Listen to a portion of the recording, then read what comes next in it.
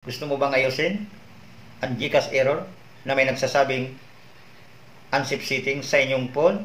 Tulad nito, dito ituturo ko sa inyo ang tamang paraan kung paano mag-enable or disable ng developer option, step by step. Kaya kung interesado kang malaman, ay huwag kang mag-skip na panoorin ang buong video.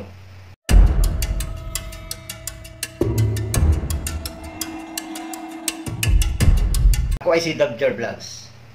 Ang YouTube channel na ito ay nagbabahagi ng mga online tech tips, tricks, problem solve, at mga tutorials. Kaya subscribe na para updated ka sa mga bagong content tungkol sa pag-remove ng ads, viruses, Gmail file storage, at marami pang iba na makikita sa aking playlist. Salamat sa panood.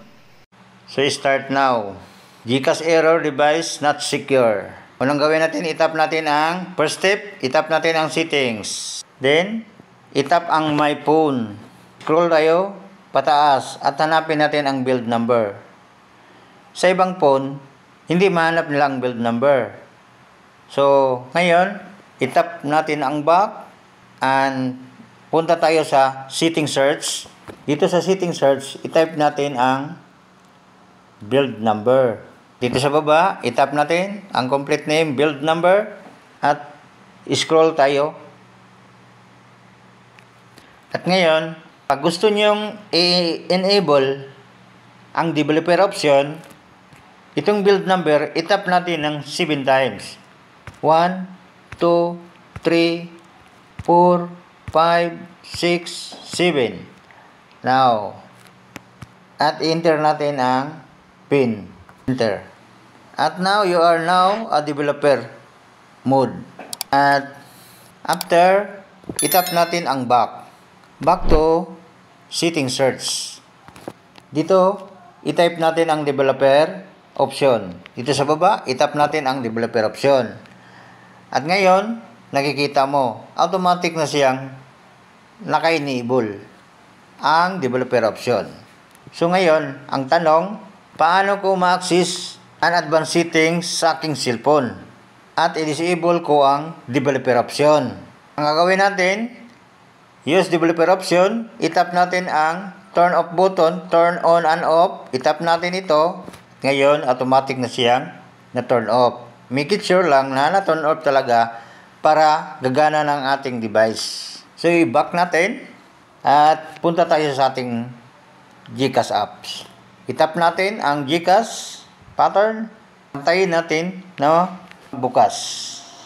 Antayin natin na magbukas. Tingnan natin kung gagana na ang ating ginawa. O, tingnan nyo.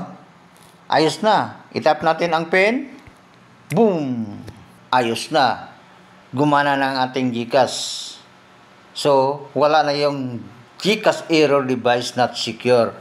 So, ibig sabihin pala, kapag nagkabukas ang developer option, yun ang lalabas na message ng GCash. GCash error, device not secure.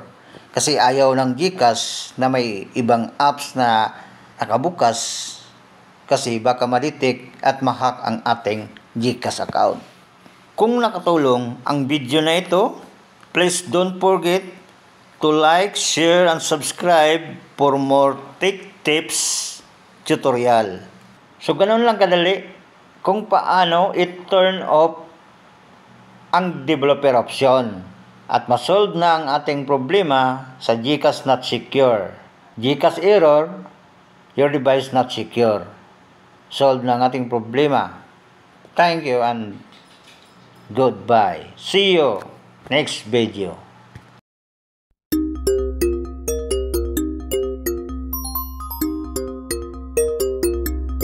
Salamat sa panood sa aking video.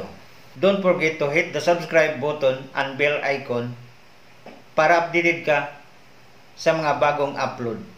Dabjar Vlogs, tandaan mo, take problems, solve yan dito. Kaya kita-kits tayo sa next video.